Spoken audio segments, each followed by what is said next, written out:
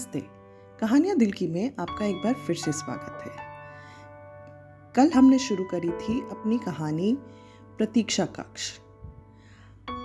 जब दो अजनबी मिले और उनको ऐसा लगा जैसे वो जिंदगी जो वो कभी नहीं जी पा रहे थे उसको जीने का मौका मिल गया। तो चलिए सुनते हैं आगे क्या हुआ उनकी इस कहानी में। पहली वापसी। 1 साल बीत गया, मौसम बदले, जन्मदिन आए और गए और दिनचर्या का बोझ फिर से उसी पुराने नापसंद मेहमान की तरह जिंदगी में लौट आया। फिर भी जोधपुर के प्रतीक्षा कक्ष में वो शाम दोनों के जहन में किसी अंधेरे में टिमटिमाती गर्म मोमबत्ती की तरह सहेजी हुई थी। अगले साल उसी तारीख को अर्जुन पहले पहुंचा। उसने अपनी घड़ी को इतनी बार देखा कि गिनती भी भूल गई। प्रतीक्षा कक्ष अब भी वैसा ही था। चींचा करती लकड़ी की बेंच, टिमटिमाती ट्यूबलाइट, बाहर से आती चाय गरम की आवाज। वो थोड़ा और उम्रदराज लग रहा था, कुछ ज्यादा थका हुआ भी, लेकिन उसकी आंखों में अब भी वही उम्मीद की चमक थी। घंटे के 10 मिनट बाद मीरा आई। वो दरवाजे पर कुछ पल ठिठकी, पूरे कमरे को नजरों से देखा। जब उसकी निगाहें अर्जुन से मिली तो जैसे दोनों के भीतर कुछ पिघल गया। वे मुस्कुराए। अर्जुन खड़ा हो गया, मीरा उसकी ओर बढ़ी। तुम आए, मीरा ने लगभग फुसफुसाते हुए कहा। तुम भी आई। वे बैठ गए। एक पल के लिए बस एक दूसरे को देखते रहे, खामोशी को बोलने दिया। मैंने छोड़ दिया, मीरा ने कुछ देर बाद कहा। आवाज स्थिर थी। मैं अलग हो गई हूँ, एक दोस्त के साथ रह रही हूँ। आसान नहीं था, अब भी नहीं है, लेकिन मैंने कर दिखाया। अर्जुन ने नजरें झुका ली। मैं नहीं कर सका। मेरी बेटी इस साल वो टूट गई, एंजाइटी, और मैं नहीं जा सका, अभी भी नहीं। मीरा ने सिर हिलाया। मैं समझती हूँ। मैं हर दिन तुम्हारे बारे में सोचता रहा, जानना चाहता था कि तुम क्या कर रही हो, सब ठीक है या नहीं। मैं भी, उसने हल्की उदासी भरी मुस्कान के साथ कहा। मैं सोचती रही हमारे बीच कुछ खास था, शायद जीवन में एक बार मिलने वाली चीज, लेकिन जिंदगी भारी होती है ना। बहुत, अर्जुन ने सहमति जताई।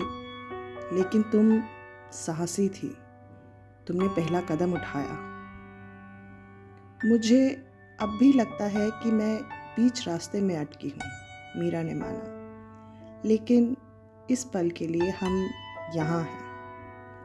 वे घंटों बातें करते रहे, किताबों के बारे में जो पढ़ी थी, बच्चों के बारे में, कैसे अब दोनों ने अकेले रहकर साधारण खाना बनाना सीख लिया था।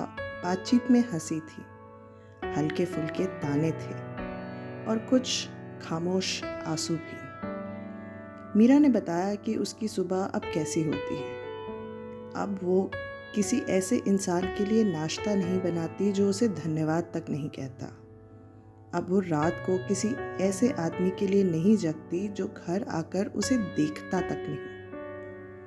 अब वो रविवार को एक छोटी सी बुक क्लब में जाती है और बिल्डिंग के बच्चों को संगीत सिखाती है।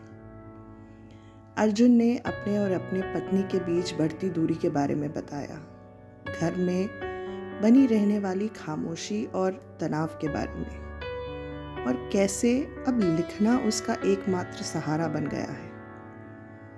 वो अब एक जर्नल रखता है जिसमें वो मीरा को, खुद को और उस अर्जुन को खत लिखता है जो कभी सपने देखता था।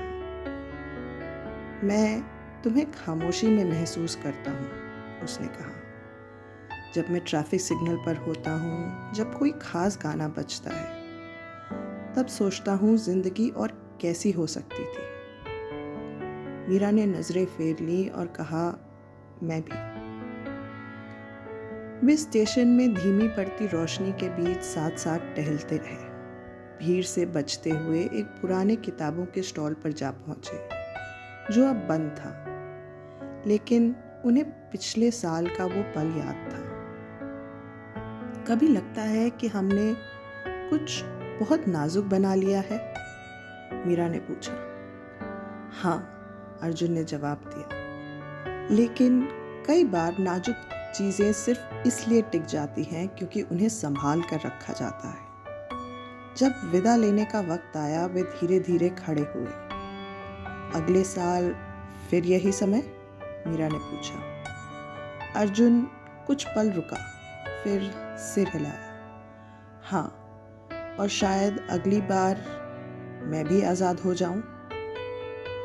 मीरा ने धीरे से उसका हाथ छुआ। मैं इंतज़ार करूंगी। वे अपने अपने प्लेटफॉर्म की ओर चल दिए, पीछे मुड़े बिना, लेकिन उनके दिल अब भी पलट पलट कर देख रहे थे। अपने ट्रेन के डिब्बे में बैठी मीरा खिड़की से बाहर देखती रही। उसका दिल बोझिल था, दुख से नहीं बल्कि उस मधुर संभावना के भार से।